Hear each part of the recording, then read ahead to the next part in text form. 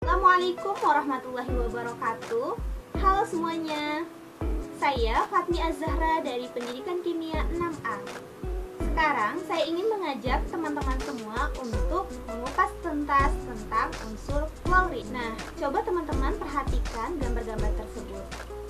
Pasti teman-teman semua sudah tidak asing lagi kan dengan gambar-gambar tersebut? Apa sih kegunaan dari gambar-gambar tersebut? Yap, AC yang biasa digunakan untuk mendinginkan ruangan, kulkas untuk menyimpan makanan agar dingin dan tahan lama, serta panci yang biasa digunakan untuk memasak. Kenapa AC dan kulkas bisa menghasilkan suhu yang dingin? Lalu, kenapa panci bisa tahan terhadap panas juga tidak lengket? Jadi, di dalam AC dan kulkas itu terkandung freon CFC yang berfungsi untuk mendinginkan suhu. Dan di dalam panci itu terkandung teflon atau dikenal juga dengan politetrafluoroetilena yang merupakan zat anti lengket dengan lambang kimia CF2CF2. Nah, freon dan teflon ini terbentuk dari unsur F atau yang kita kenal dengan fluorin. Fluorin ini merupakan unsur yang memiliki nomor atom 9 dan nomor massa 19 dalam sistem periodik unsur. Dia juga merupakan unsur golongan 7A, halogen, dan juga terletak pada periode kedua. Teman-teman tahu tidak sih asal-muasal dari unsur fluorin ini? Penemu unsur fluorin bernama Ferdinand Friedrich Henry Moissan. Nah, beliau ini telah berhasil pertama kali mengisolasikan unsur fluorin pada tahun 1886, yaitu dengan mengelektrolisis larutan kalium hidrogen difluoride dalam cairan hidrogen fluoride. Unsur fluorin ini dibuat secara bebas dalam bidang industri, namun jumlahnya terbatas. Nah, unsur fluorin ini juga merupakan unsur yang sangat reaktif. Jadi, mustahil untuk kita menemukannya dalam bentuk bebas di alam. Namun, kita dapat menemukan unsur fluorin ini dalam bentuk senyawa atau bersenyawa dengan unsur lain, seperti kriolit, kemudian kalsium difluoride, dan juga fluorapatit. Lalu, bagaimana sih cara kita membuat unsur fluorin ini? Nah, jadi cara untuk membuat unsur fluorin ini ada dua, teman-teman. Yang pertama, kita bisa membuatnya di laboratorium, tentunya dengan skala yang kecil, dan juga bisa membuatnya di industri dengan skala yang banyak. Bagaimana sih cara membuatnya di laboratorium? Nah, untuk membuat fluorin di laboratorium itu dapat dibuat dengan mengelektrolisis asam kalium fluoride pada suhu 378 Kelvin dalam bejana tembaga menggunakan elektroda Garfield. Elektrolit yang digunakan adalah asam kalium fluoride yang murni dan kering, kemudian ditempatkan dalam bejana besar yang terbuat dari tembaga. Nah, bejana ini kita mirip dengan tabung V. Asam kalium fluoride tersebut akan dipanaskan di dalamnya. Elektroda yang digunakan pada proses ini juga harus elektroda batang grafit murni yang diisolasi dalam semen bakelit. Arus listrik yang digunakan adalah 5 ampere dengan beda potensial 12 volt. Nah, gas fluorin yang dihasilkan akan dimurnikan oleh bagian yang berbentuk tabung U yang mengandung natrium fluorida kering. Kemudian cara yang kedua yaitu dengan cara industri. Nah, fluorin dibuat dalam skala industri juga menggunakan asam kalium fluoride yang dielektrolisis pada tabung yang juga berbentuk V. Namun jumlahnya sangat besar tentunya karena dalam skala industri. Nah, arus listrik yang digunakan tentunya juga lebih besar, yaitu 2000 ampere. Dan elektroda grafitnya punya efisiensi sekitar 95%. Gas fluorin yang dihasilkan kemudian disedot menggunakan pipa baja atau wadah tembaga dan dikompres sampai 400 lebih per inci dalam silinder nikel atau baja. Apa aja sih yang kita ketahui tentang fluorin? Jadi fluorin ini pada suhu ruangan dia itu merupakan gas yang berwarna kekuning-kuningan.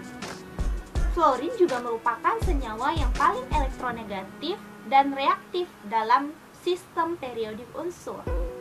Fluorin ini juga merupakan unsur yang sangat beracun dan korosif. Fluorin adalah gas diatomik yang mudah terbakar dengan bau yang sangat menyengat.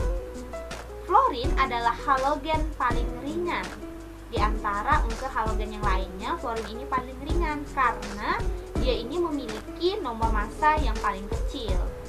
Unsur ini bereaksi keras dengan air untuk menghasilkan oksigen dan asam hidrofluorik yang sangat korosif. Nah, kelimpahan fluorin pada kerak bumi itu sebanyak 585 bagian per juta berat atau 104 bagian per juta per mol. Kemudian kelimpahannya di tata surya itu 500 bagian per miliar atau 30 bagian per miliar mol. Fluorin juga memiliki 11 isotop yang umur paruhnya telah diketahui dengan jumlah massa 15 sampai 25. Namun, fluorin yang alami terdiri dari satu isotop stabil, yaitu 19.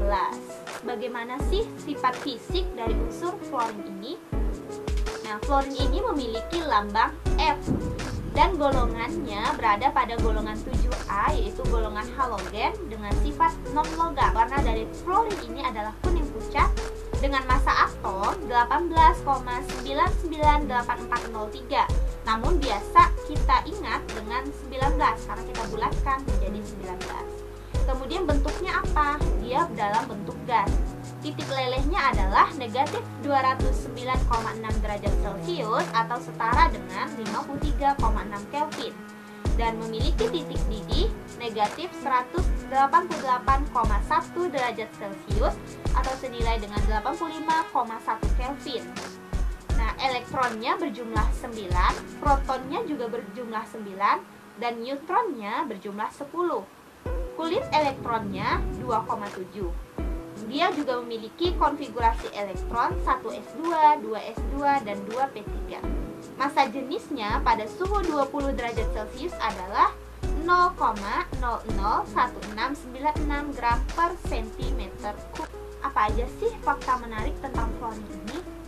Nah, yang pertama yaitu ketika Henry Moissan, yaitu orang yang pertama kali berhasil mengisolasikan fluorin ini, beliau juga menghasilkan berlian buatan pertama di dunia dengan menerapkan tekanan besar pada arang.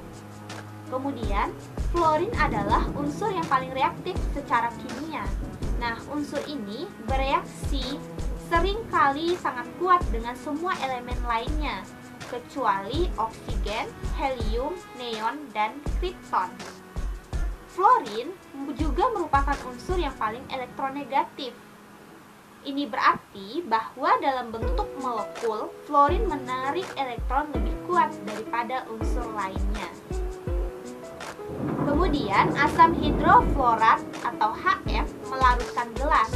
Nah, ion fluoride memiliki afinitas tinggi untuk kalsium dan dapat menyebabkan kematian dengan mengganggu metabolisme kalsium darah dalam tubuh. Dapat diserap melalui kulit. Apa aja sih manfaat fluorin dalam kehidupan sehari-hari?